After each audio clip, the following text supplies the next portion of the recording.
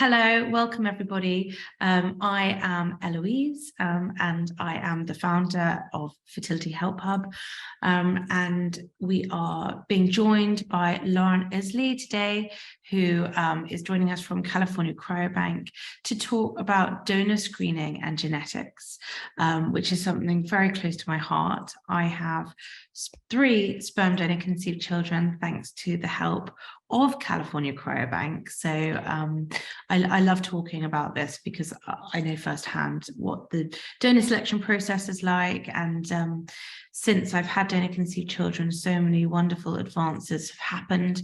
And so to have Lauren's expertise today is wonderful. I'm sure everyone will be very grateful. So welcome. So welcoming Lauren Isley, Medical Science Liaison and Genetic Counselor at California Cryobank. Thank you for joining us. Please introduce yourself. Thanks, Eloise, and thanks for giving me the opportunity. This is probably my favorite topic to talk about, so I'm always really excited when someone asks me to present about this topic. So as Eloise mentioned, I am a genetic counselor by training. I currently serve as a medical science liaison.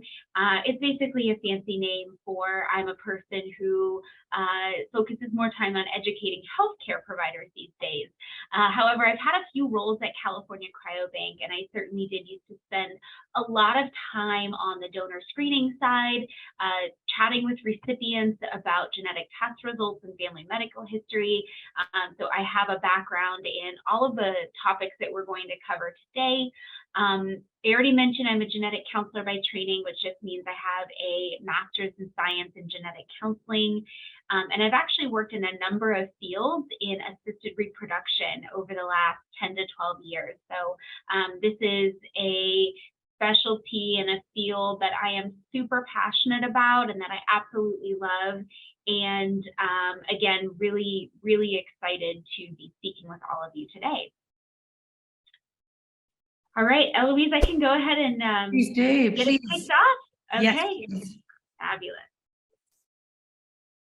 All right, so before we talk about genetic screening of donors, I want to take just a few steps back and really spend some time explaining what a donor has to do during that initial qualification process in order to become a qualified donor in the California Cryobank program.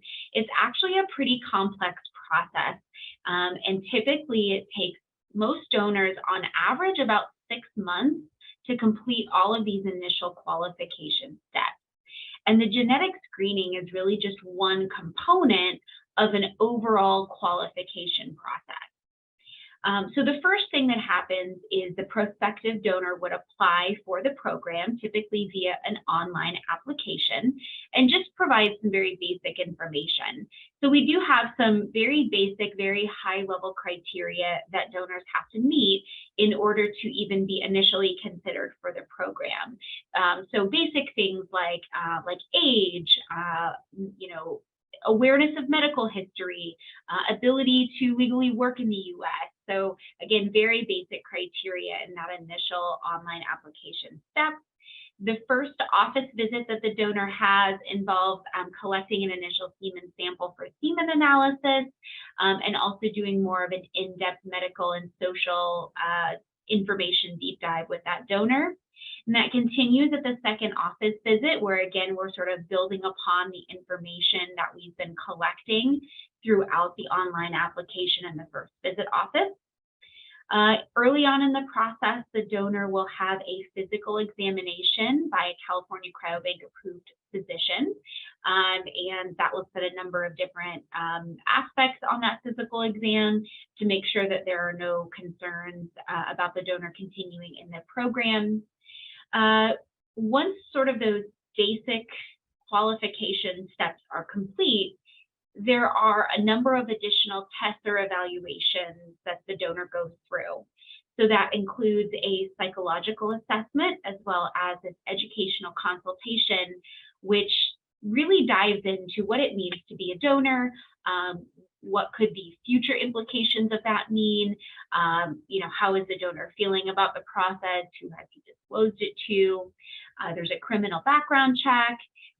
There is infectious disease screening. That's a very important component of the donor qualification process that happens many, many times as the donor is donating in the program.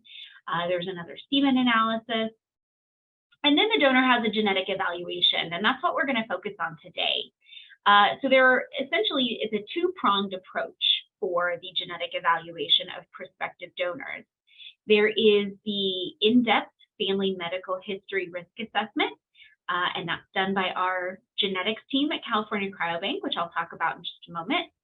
And then there are certain genetic tests that the donor must have in order to proceed with the program.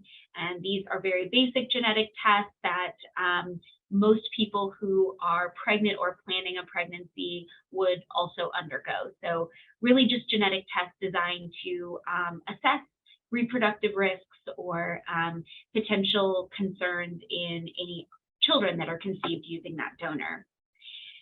Then the last step, final review and approval. The donor information is reviewed by our medical director as well as other staff like the genetics department, the laboratory staff, and the donor department. And then once the donor is fully qualified in the program, again, that takes about an average of about 6 months, there's ongoing testing, and that involves continuous semen analyses, monthly infectious disease testing, and then also regular physical examination. So it's not just the donor is qualified and then done. There's really a lot that goes on while the donor is actively donating in the program. And then once a donor does donate, the donor specimens must be quarantined for at least 6 months due to specific regulations, and that's related to infectious disease screening. So from the time a donor enters the program until the time that donor's vials are available to be purchased for reproductive use, that can be up to a year. So it is a pretty rigorous process. But it's a process we're very proud of at California Cryobank, and it's one that has taken, decades to refine and to make sure this is an appropriate way to screen our donors that is in the best interest of everyone at stake.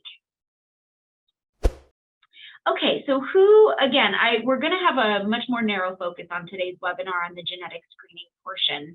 So who performs this genetic screening for the prospective donors in the California Cryobank program? So we have a team of reproductive genetic specialists. That is their formal title. These individuals have a background in genetic counseling and medical genetics, so they've gone through that genetic counseling training. And their job really is to evaluate donors' suitability for the donor program from the genetic and medical perspective. Not only does this team work with donors throughout the donor qualification process and beyond, but is also available to address client inquiries regarding donors' family medical histories, regarding genetic screening results, also requests for additional genetic screening and medical updates.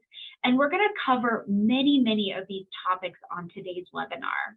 Just so you have it as a resource, if you go to the California Cryobank website, which is cryobank.com, and you go to the Genetic Services tab, you can read more about the team of reproductive genetic specialists at California Cryobank and everything that they do. So there's a screenshot of theirs here on the slide for your reference. Okay, so as I mentioned, the genetic evaluation of prospective sperm donors is really a two-pronged approach.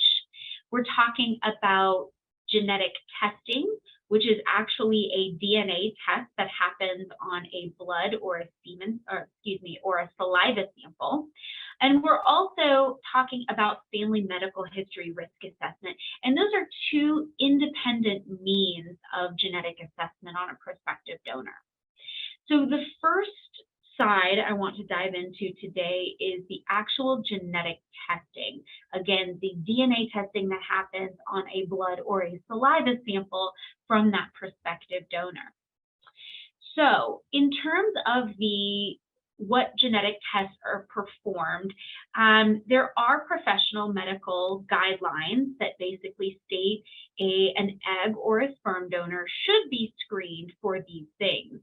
And most of the conditions and genetic findings that we screen for really, again, are related to assessment of reproductive risks and tests that are recommended for anyone who is pregnant or considering a pregnancy. So we're not out there doing these very obscure, strange genetic tests. They're very targeted to the reproductive population. So one of the tests we perform on prospective donors is a chromosome analysis, which is sometimes called a karyotype. This confirms that the donor has the correct number and the correct structure of chromosomes. We also perform a complete blood count, or CBC for short, and a hemoglobin fractionation. And this is a test that assesses the risk for inherited blood conditions. So some of you may be familiar with things like sickle cell anemia or beta thalassemia. This is a test that will evaluate the donor's chance of carrying a mutation for one of those conditions.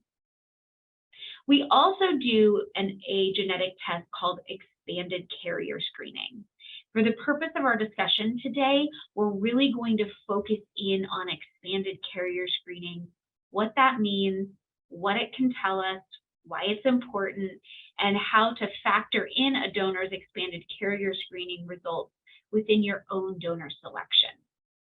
So what is expanded carrier screening?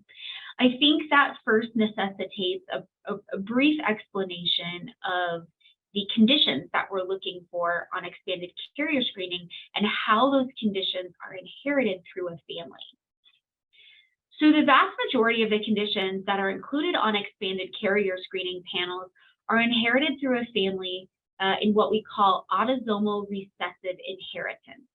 And this graphic here on the right-hand side does a nice job of explaining how autosomal recessive inheritance actually works through a family.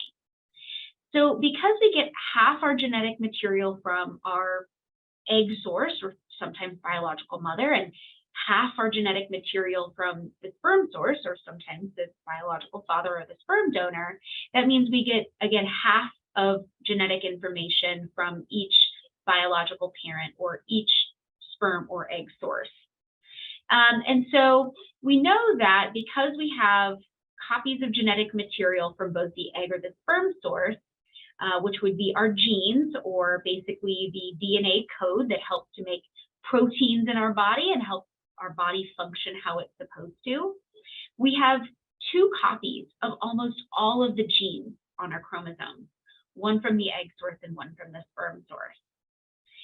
So when we dive in and we look at someone's DNA, typically a genetic test will look for mistakes, or what we call mutations. Think of that as a spelling error in a sentence. It's maybe one letter swapped out for another, or maybe an entire word is missing, or maybe an entire word is accidentally duplicated. We've all written things where we write and or the multiple times. So a genetic mutation is just a spelling error. So when we look at someone's genes and we evaluate for these spelling errors or these mutations, with autosomal recessive conditions, we know that a spelling error in one gene is not enough to cause that condition.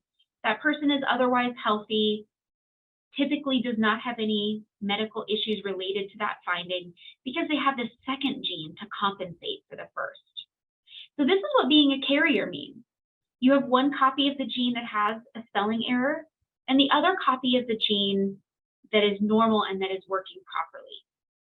So typically, again, carriers have no signs or symptoms. They would never know they were a carrier without a genetic test. The concern is when that individual has a child with someone who is a carrier for a mutation in that same gene or a carrier for that same condition. This is what these unaffected carriers on the top of the graphic represent. They have one gene that has the spelling error, the mutation, and one gene that is normal and working properly. When these two individuals have a child, essentially what we're concerned about is the combination of those two non-working genes. And if we look at the odds that that would happen for any pregnancy, there's a 25% chance or a 1 in 4 chance that a child would inherit both of those non-working copies of the gene and thus be affected with that genetic condition. Also, there's a 50% chance that any children of those two individuals would simply be a carrier, so their genes would look exactly like the egg or the sperm source. And then a 25% chance that a child would not inherit either a non-working copy of the gene. Both of those gene copies would be functioning without any mutations, and that would be an unaffected child. So again, when we look at the chance of having an unaffected child, it would be 75% or 3 out of 4, and the chance of having an affected child with 2 non-working copies would be 25% or 1 in 4. So these expanded carrier screening panels look at a lot of genes that are inherited in a recessive manner. Currently, the panel that we have available for that is performed on the donors that are available on our catalog is over 260 conditions. If, again, a mutation is identified, that donor is known as a quote-unquote carrier. Again, the vast majority of carriers do not have any health issues related to that condition. There are some exceptions, and we do evaluate those donors, and they may be excluded from the program because of that reason. Again, both the donor and the person using the donor must be carriers for mutation in the same gene in order for a child to be at risk for the condition. The chance of having an affected child is low if the person using the donor screens negative as a carrier for that condition.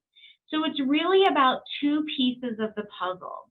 Not only is it important to test the donor for these recessive mutations, but also the recipient or the person using the donor as well, because that's really going to give us the most accurate picture of reproductive risk or the chance that a child could have one of these genetic conditions on the panel.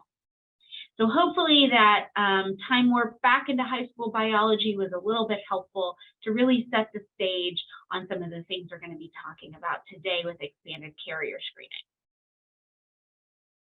Okay, so I don't know if any of you in the audience have had carrier screening yet. Perhaps you're early on in the process. Perhaps you're just getting started. But I would strongly recommend that you discuss this idea of carrier screening with your reproductive provider as you are entering into this process of searching for a donor that best fits your needs. Because genetic testing is becoming an increasingly important piece of all of this in terms of your donor selection. So if this isn't something that you've talked to your provider yet previously, it is definitely a subject that is worth bringing up, and that can really help you with your donor search and donor selection and finding a donor, again, that best fits your needs. Okay, so let's assume some or all of you have had carrier screening already. When you are embarking on your donor search, it is important to keep in mind that finding a donor who is not a carrier of the same thing you are is a really important thing to look at, right? So finding a donor who is negative for any conditions that you are a carrier for. We've designed a really great search function on the California Cryobank website to essentially look for this. So on the left-hand side of the screen, you'll see a screenshot from the California Cryobank website.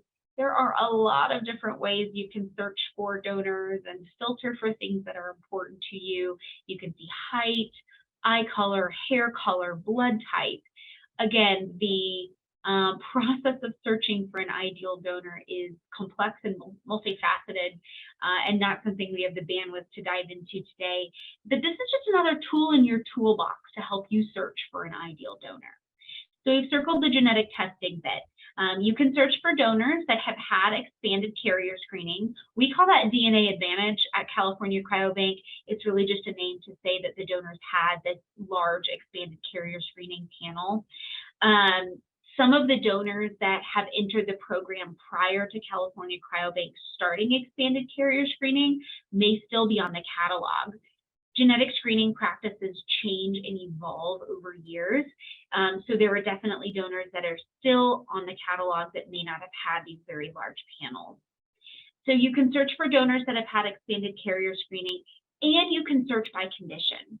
So on the right side of the screen, you can see if you do the search by conditions, if you check that box, again, this is if you've had carrier screening and you know what you're a carrier for, you can simply type in the genes that you are a carrier for one or more of these recessive conditions, and then you can select from those below. So it's actually kind of a search function where you start typing in and it'll pop up things that it suggests that you might be trying to put in. I love those types of search functions.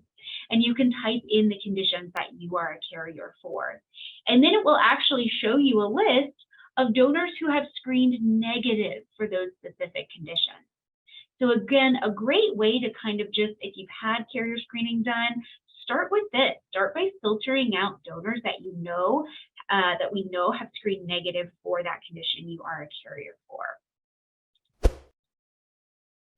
Okay, so let's say you have done your searching and we've narrowed down the donor pool to a handful of ideal donors that meet other things you're looking for and that have screened negative for the conditions that you carry. How do you actually view the donor's genetic test results? So we developed this, basically this informational resource called a genetic test summary, or a GTS for short, and it provides an overview of the genetic screening that the donor has undergone. So in the middle of the screen, there's a screenshot from the donor's landing page. It says donor information items. And the first item on the left-hand side of that tab is the genetic test summary. It indicates that this donor has had the expanded genetic testing. So again, the panel that screens for over 260 recessive conditions. And then you can click on, in the middle there, it says View GTS in purple. And once you click View GTS, this genetic test summary pops up in a separate PDF, separate window on your browser.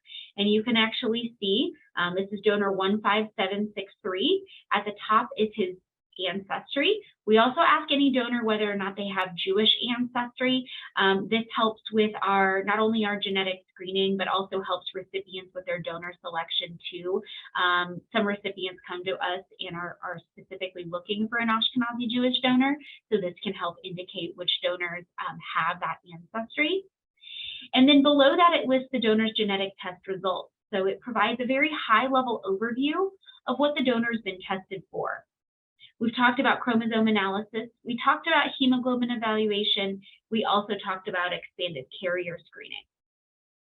So not only will it give this high-level overview of what test the donor underwent during the qualification process, but if you keep scrolling down, it actually provides you with a copy of the donor's actual genetic test results from the expanded carrier screening laboratory.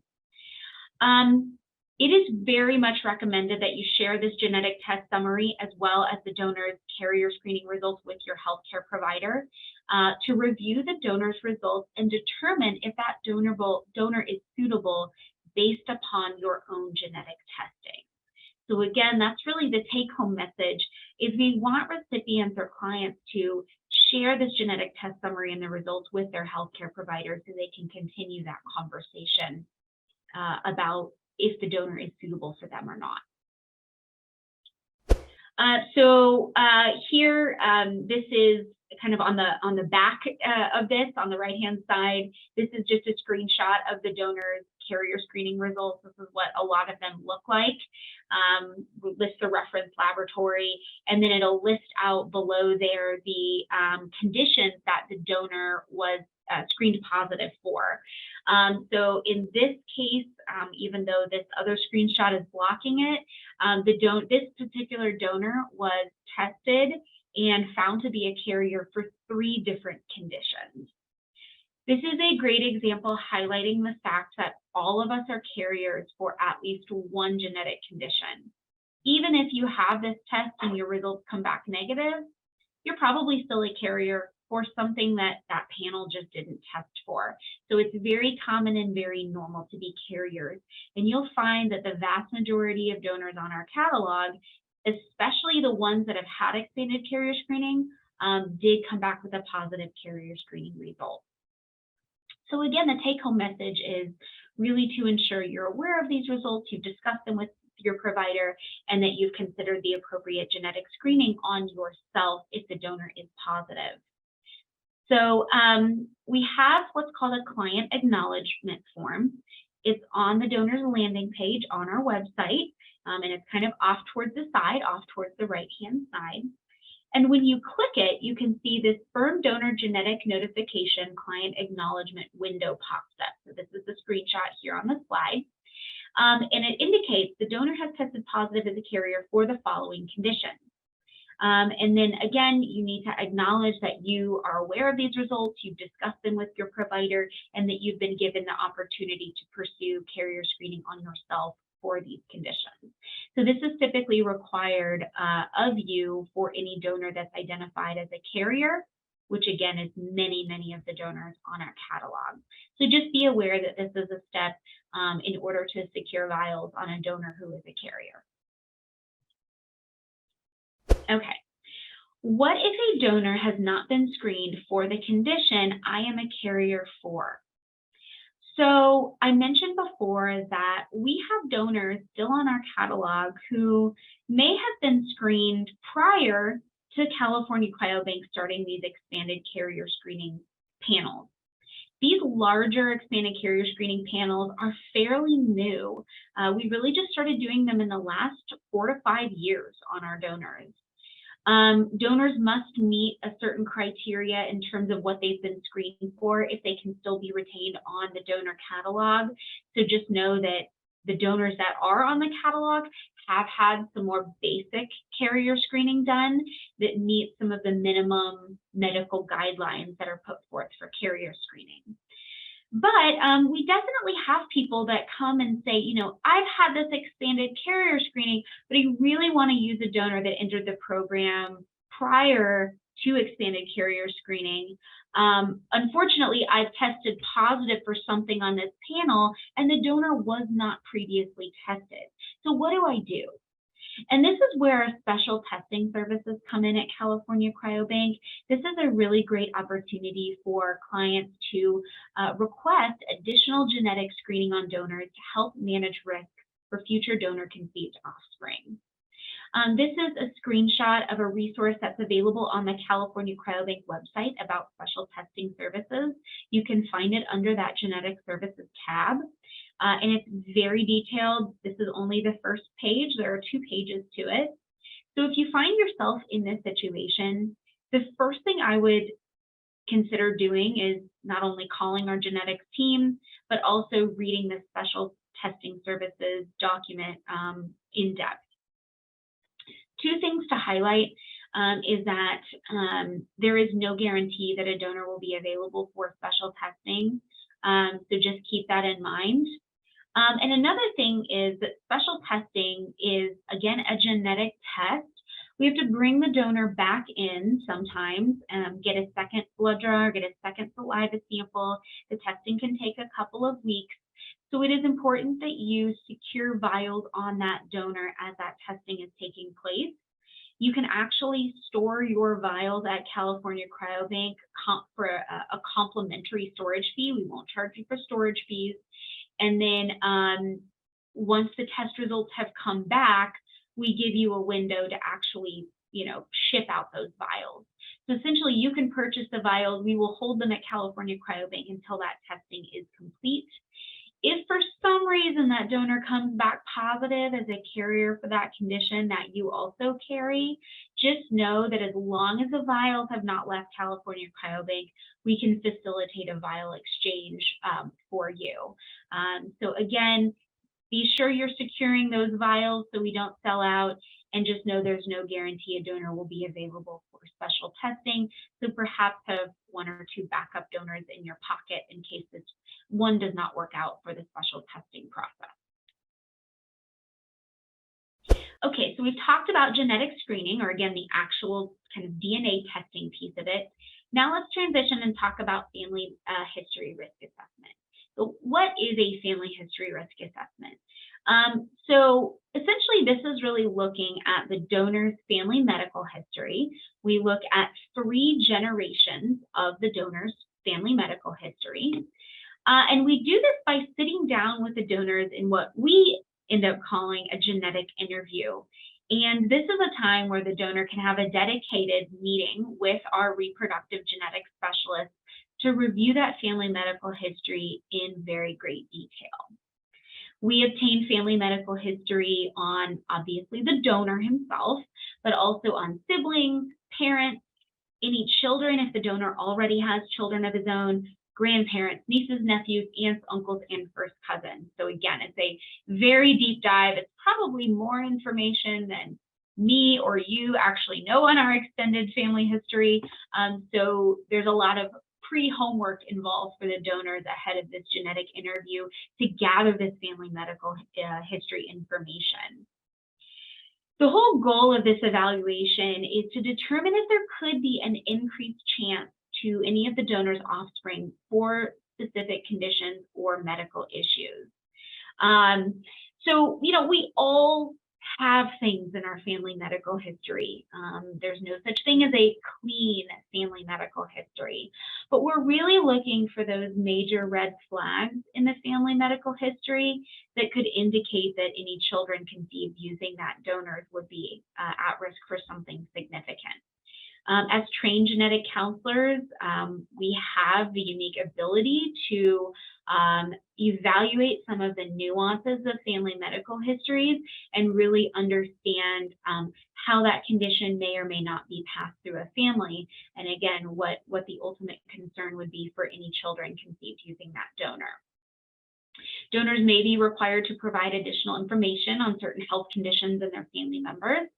So if the donor reports something and has very vague or basic or high level information about the diagnosis, and we feel that that diagnosis could significantly impact our risk assessment on the donor's medical history, the donor is asked to go back to his family member and to gather more information on that specific diagnosis.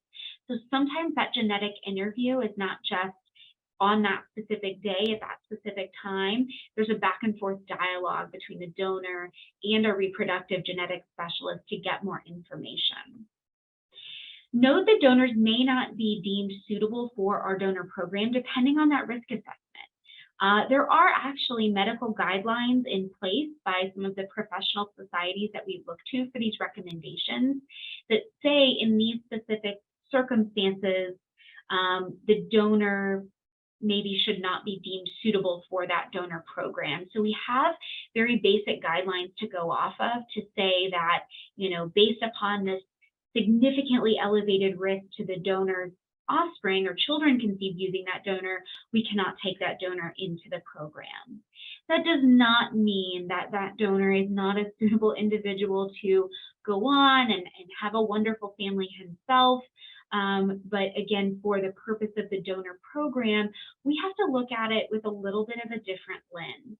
So I do want to point that out, that family medical history assessment is important for everyone who is planning a pregnancy or currently pregnant, and can really be used as just a tool to better educate them on potential medical issues for themselves and for their children, so that they can be better prepared and they can be proactive about their health management. Okay, so the medical profile is the tool that we've developed at California Cryobank to disseminate or provide that medical information that we've collected on the donor and his family members. You remember that little donor information items section on the donor's landing page?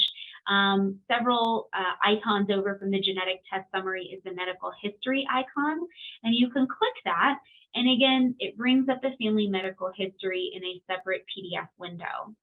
This is just what the first page of it looks like.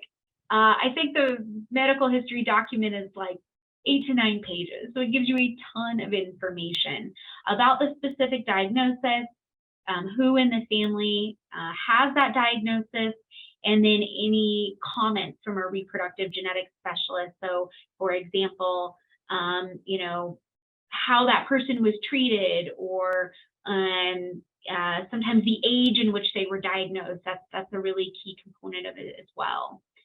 Of note, we also have information just about the overall picture of the family history, including like number of siblings, number of aunts and uncles, number of cousins, and then the donor's blood type is on the first page as well.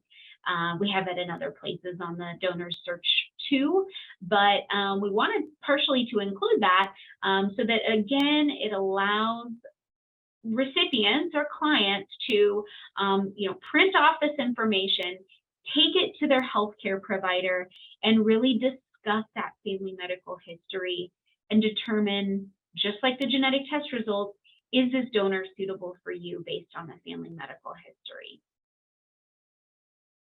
And I do want to point out here that on this example I've given, the donor happens to have checked no one for just this first page. It is not typical that we see a donor that has no conditions reported in his family medical history, but it does happen. And just know that there are many, many touch points throughout the process where we ask donors to collect this information. And so, you know, things in a family medical history are very common, as we all know from our family medical histories. And the donor has been asked about, you know, very specific conditions or groups of conditions, both prior to and during that genetic interview. All right, what about newly reported information, medical information? So we know that collecting medical history only happens at a single point in time during that donor's qualification process.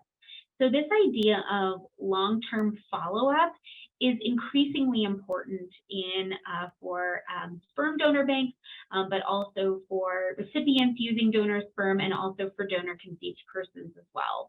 So it's a really important component of this overall kind of lifelong process of conceiving with an egg or a sperm donor. And so how do we handle this at California Cryobank, knowing that, again, the information we're getting is at a specific point in time? So there are a couple of different ways we can look at this. Donors are asked to inform California Cryobank of changes in their personal or family medical histories that occur after they have retired from the program.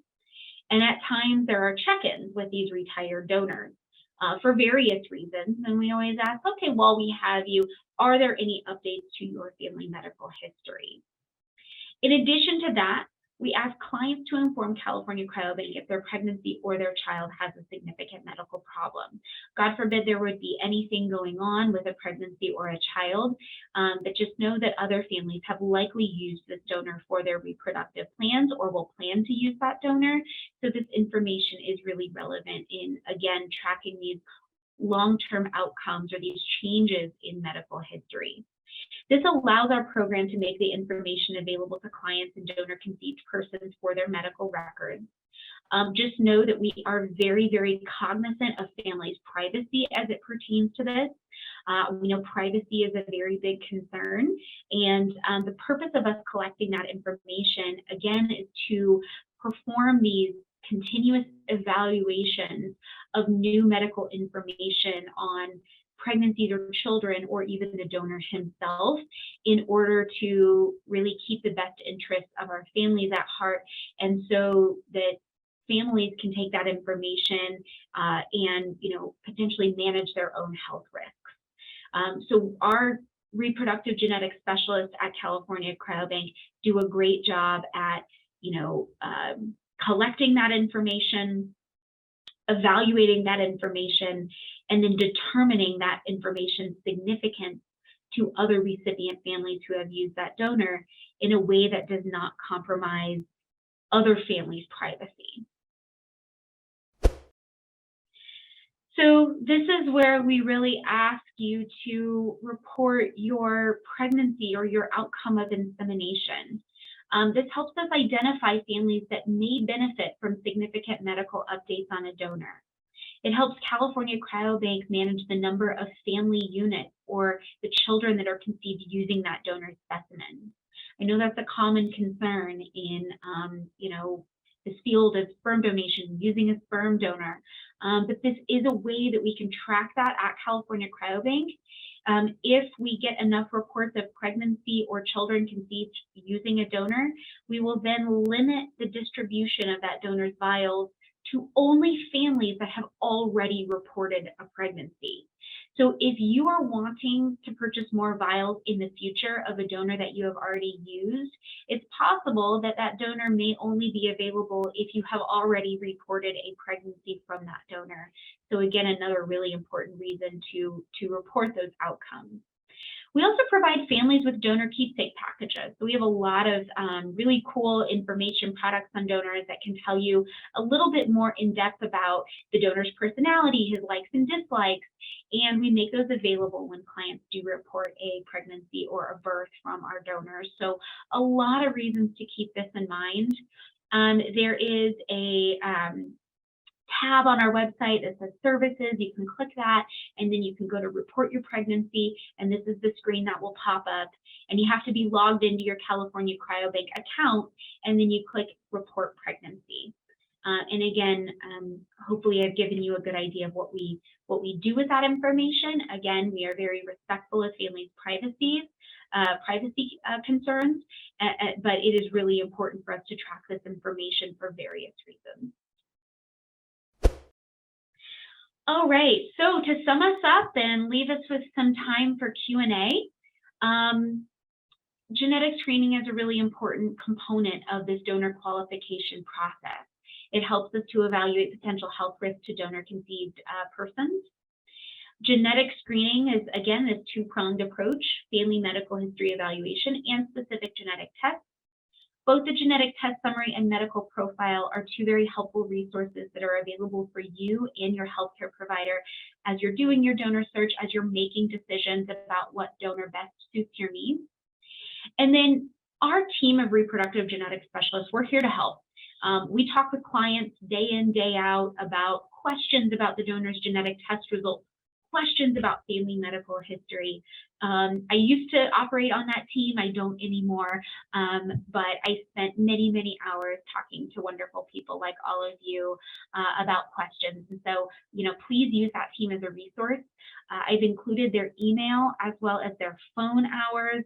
Again, I know that the folks from the UK are many hours ahead. So for you who are in the evening, it'll be, during the day Pacific time. So, as you're sitting down with your computer and maybe your partner or maybe your cat or your dog, or with a, nice cup of hot tea and a blanket, as it's getting colder, at least here, pick up the phone and call, shoot them an email. They'll be available to answer any of those questions. And then before we turn it over to Q&A, just a reminder for the Fertility Help Hub readers that we have a code for California Cryobank. It allows you to access a free level 3 subscription, so you can search donors and look at all of these donor information products that are available to you to help with your donor selection. And so the code there is at the bottom of the screen, so feel free to take a screenshot or a picture with your phone so you can use that code to access that subscription. All right, that is all that I have. Thank you, Lauren. Really, really appreciate your time today, and everyone for joining and watching this back. Also, as we mentioned, there is a code to search the donors. Please reach out to the team at California Cryobank. We had the most wonderful support when we were selecting our donor, day and night. So many questions we had, and everything was perfectly answered, and we really had our hand held. So I couldn't be more of an advocate for the support that we received. And yeah, it's so wonderful to be educated like this. So thank you very much for coming on today. Thanks for having me.